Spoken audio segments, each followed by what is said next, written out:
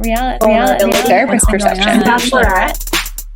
All right. Hello and welcome to Reactivity TV, where we give our therapist take to all of the trending shows happening right now. All of the shows that you're watching, we are watching. We're all over it. And we are digging into Succession season 4, the last season. And this episode of Reactivity TV, we are diving into episode 5 of season 4, the kill list. And wow, this season 4, man, they're doing it. They are. They're just throwing everything at us in every episode. Yes. I love it. I love it. I love it so much. Yeah, I feel like I keep saying like, this episode was really good. And this feels like the longest run of like good episodes, like solid episodes in a row of this show. Yeah, agreed. They're just really giving us everything we want. Yes. Yeah. Keep it coming. It's also making it, I think, sadder for me that the show is ending, because it's like, I feel like I'm so in right now, and like I'm bracing myself for when the show's over and like there's nothing left. Like to quote Roman, like I'm pre-grieving the end of Succession.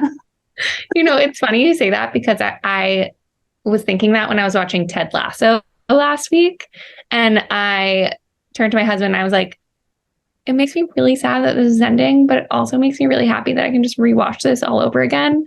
Just like rewatching Harry Potter. Mm-hmm. For sure. Yes. So sad. And then there it is again. And you're happy. And then, it's done. It's so true. I mean, Succession isn't as easy or light of a rewatch as like a Harry Potter or Ted Lasso, but like it has rewatchability. I'm like rewatching the series as we speak. Yeah. You just have to kind of drag it out. You can't watch them like on top of each other. Right. Yeah, for sure. So this episode, I mean, what was kind of sticking out to you? A few things, but one that I really wanted to, the one was kind of subtle, but I wanted to bring it up anyway. I love Greg, and I think that he's just such a funny character. He has been on the outskirts this entire time, and he's tried so hard in his Greg way to get in. And so in this particular episode, he calls, what does he call them? The Quad Squad? Mm-hmm. Mm-hmm. Yeah, he calls them the Quad Squad, and they're like, what are you talking about? The family. Yeah. The 3 core siblings and him. Mm-hmm. Mm-hmm. And of course they're like, they're just, you know, like, absolutely not. You're not in this. Which has just been this whole time. Greg has tried to put himself into this family, and he really has. Like, in a lot of ways, he really has. I mean, he came from just being this estranged cousin to working and being around his family for a while now. And so I'll give him a lot of credit for how hard he's trying to, I don't even necessarily want to say like to be connected, because it's really hard to understand what his motives are, if it's just success or it's notoriety or connection. It's really difficult to really see. He's kind of hard to read in that way. So I'm just going to umbrella it with he's trying. And in this episode, he was really trying to be in this Quad Squad. And they ended up letting him in a little bit. And they've done this a few times, especially like Kendall's recruited him a few different times. And he did that again this episode. Little did Greg know what he was really being put up to do, but he was so happy to do it. He's so eager to be noticed and to be a part of it, that he would just jump at the chance to do whatever it is. In another way, when it comes to Tom, he's just been Tom's, you know, like subordinate this whole time. And he took an opportunity to assert himself this episode. Yes. When Tom was at that table with Madsson and Greg starts in on a conversation, and he just kind of doesn't take Tom's shit. And that was different because, I mean, he's also kind of played around with that a little bit, but ends up just going right back into allowing Tom to take over. But that was impressive. Mm-hmm. Yes, that really stuck out to me too. As I said, I've been doing a rewatch, and not that I necessarily forgot this happened, but like I forgot the details around which there was an episode in the second season where the whole family is at ATN, like for different reasons. And there's what they believe is an active shooter in the building. And so like Greg and Tom go to the quote unquote panic room. And during that time, after like processing this like traumatic thing, Greg basically says, you know, I essentially don't want to work for you anymore. Like I want to move somewhere else. And Tom explodes and literally throws water bottles at him. And he basically says like that, like, that's not happening. Like, you can't do it. And Greg just folds. And so it was interesting. I literally just watched that episode. And so it was interesting to kind of see that dynamic in Greg and Tom's relationship and look at it now. And wow, like that he really is not, as you said, not taking Tom's shit. Tom set him up to be like the fool yet again. And Greg was not having it. And, you know, I have to imagine that part of that comes from feeling much more secure in the Roy family unit. Whereas Tom is like definitely on the outs, you know, he's getting a divorce supposedly from the family member, like his protector, Logan, is now gone. So like Tom is way more insecure than Greg is in terms of like the family structure. And so, yeah, that must have like built Greg's confidence up enough to essentially in front of these very powerful men, just like not take it like he normally would. So that was really cool to see. Especially when Kendall then had his back. Yep. And was like, he's my cousin. He's good. Yeah. Which he did not have to do. No. No. Yeah. Yeah. I know. I'm a Greg fan. Yeah. What about you? What's something that you were finding yourself reacting to? Well, I think I had asked you this last week. We talked a lot about, you know, Roman saying that he pre-grieved. And we talked a lot about anticipatory grief. And I think I had said to you, like, so what do you think? Like, do we think Roman's like actually done with grief? And you said like, no. And yeah, and we saw that in a huge way in this episode where, you know, not only like they just had the wake. Like, I feel like we need to remember that these episodes are like actually just days apart. And so they just the day before going to like this retreat had the wake for their father. So like they had this interrupted them actually burying their father. And so like the loss is so fresh. And so you see Roman over the course of the episode, just like getting more and more activated and more triggered by Matsson, and then we see him kind of lose it. So not only does Matsson basically said, your dad would be so disappointed in you, which must be like the confirmation of their worst fears, both Roman and Kendall. But he also gets a text message from Connor on the way to this meeting, which is a photo of, I am imagining their embalmed father, which can't be a pleasant thing to receive, especially after he said, like, please do not send me photos. And so he's like so vulnerable emotionally already, you know, his dad just died. And then add to it, like getting this photo, being in this really stressful situation, and then Matsson just like piling on. And we see Roman kind of explode, and he's got so much anger, and anger is so common with grief. And, you know, he's targeting all of the blame for Logan's death on Matsson. Unfair. I mean, obviously, he is not responsible for the death of Logan. But like for Roman, it feels like he needs to have a receptacle for the blame for the cause of his dad's death. And that, again, is like so common, so understandable, so normative in grief. And so we see him kind of like really act out in this way that like completely jeopardizes, what they're trying to achieve there. But all of that emotion, all of that grief just coming out, just that's what I was reacting to most, is like, gosh, wow, Roman, your grief is showing here, bud. Like I was really, really feeling for him.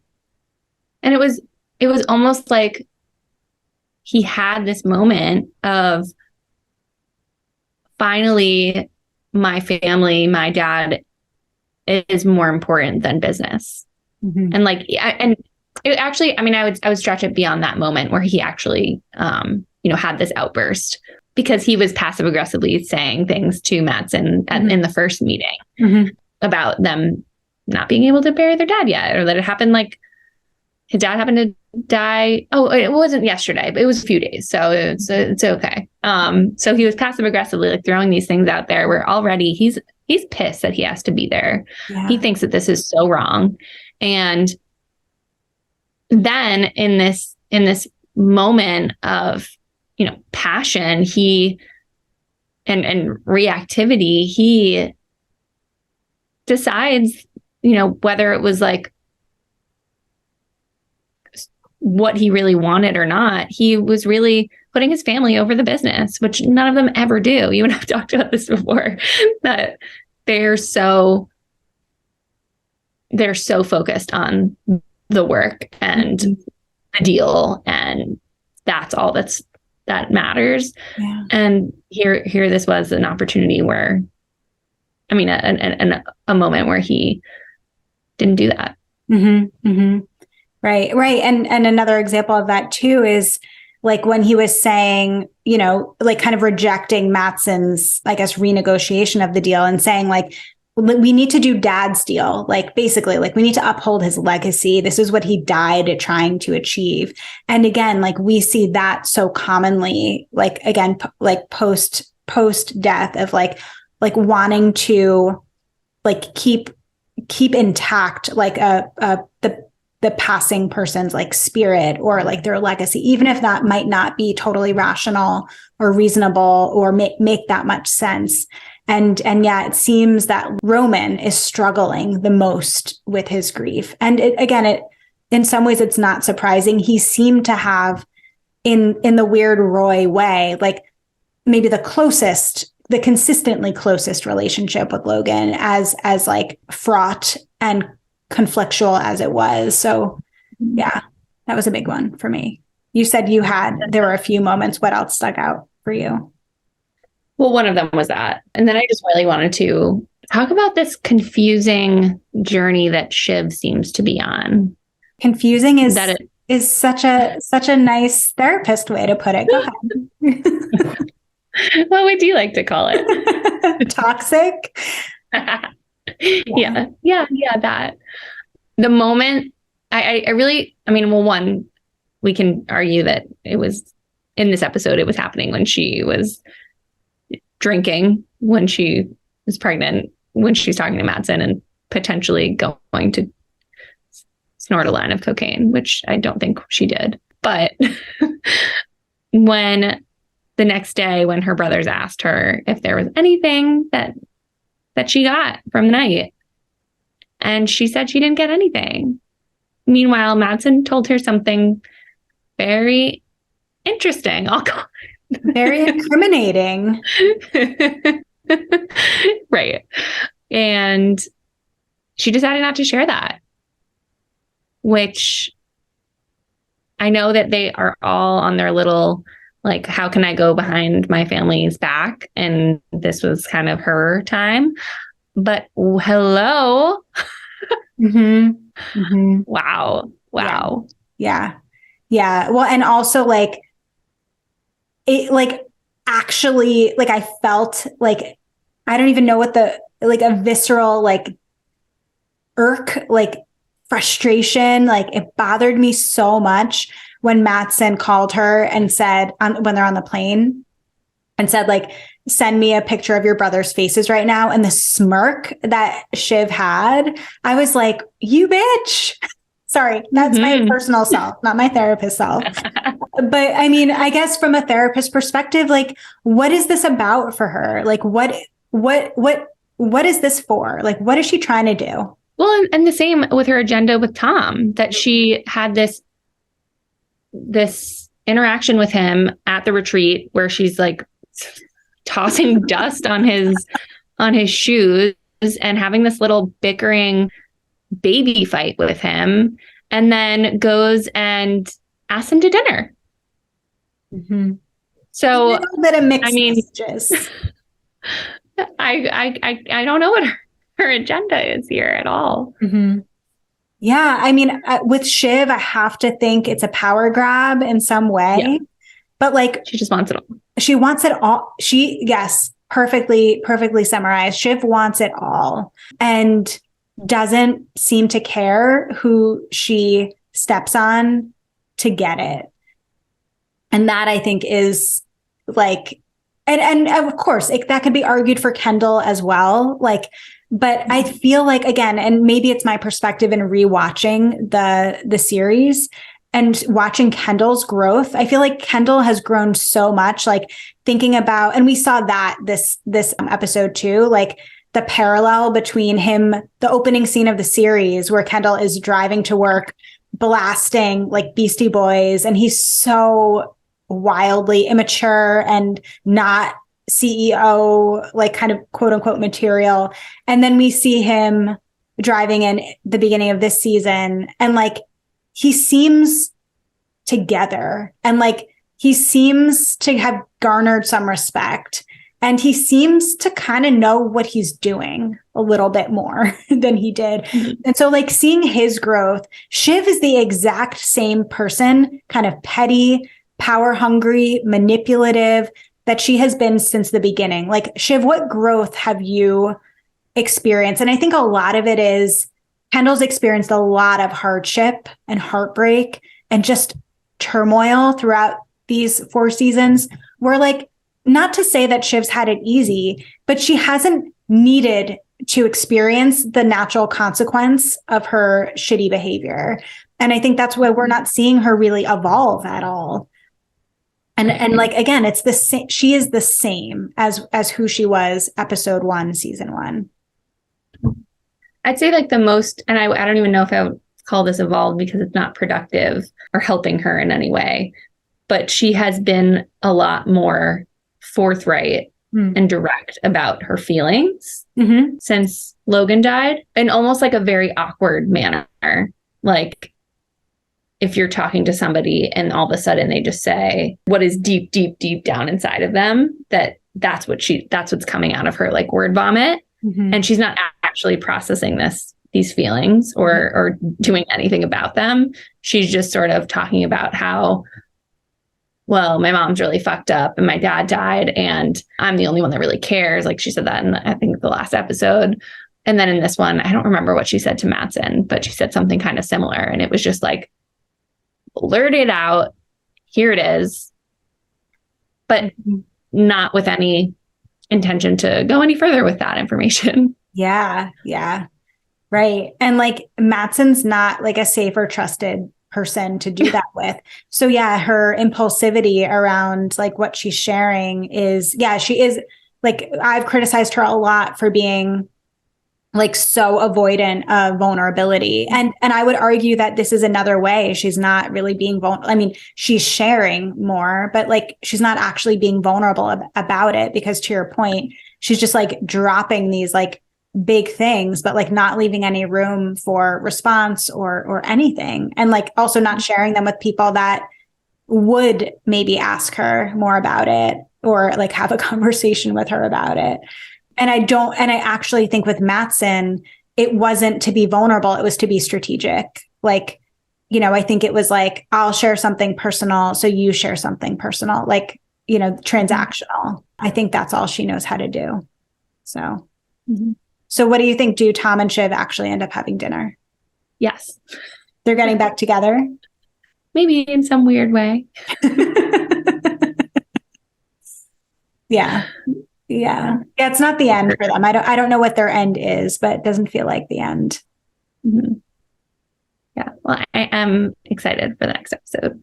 Me too. I saw a really interesting TikTok this week that talked about some parallels happening between characters that I'm like excited to see if they play out. Like there's some speculation that Carrie might be pregnant. Oh. And there's also some speculation around like some parallel between Marcia and Willa that I'm like interested to see a little bit more about. So yeah, I don't know. I'm curious I'm like, again, so deep in this series. I'm so interested to see what happens. I like can't wait. It can't come soon enough. I don't know how you rewatch while something's going on at the same time. It's been hard. I mean, even before we started recording, I was like, I think I'm a little lost about what I'm actually watching, but it's been so interesting to like, again, like have this like retrospective to like kind of see, like I like completely forgot what happened in season 3. I'm not there yet, but I feel like so much happened last season where I'm like, how did we get here? But it's definitely like helping me appreciate the characters a lot more to kind of like understand like the context. So, but it's heavy. It's a heavy double duty of like the rewatch and the current season is a lot. Yeah, that's a lot to handle. I'm glad it's only once a week. I know. Definitely not a bingeable show for me. Yeah. So we'll be back with episode 6, and then we've only got a little bit more to go, but we will be here giving our therapist takes on the rest of Succession. And if you have other shows that you're watching, other things that we should be watching, I've been hearing a lot of people talk about Jury Duty PS. So yeah. So, well, if you're watching that or anything else, let us know what we should be giving our therapist takes to. So we'll see you next week.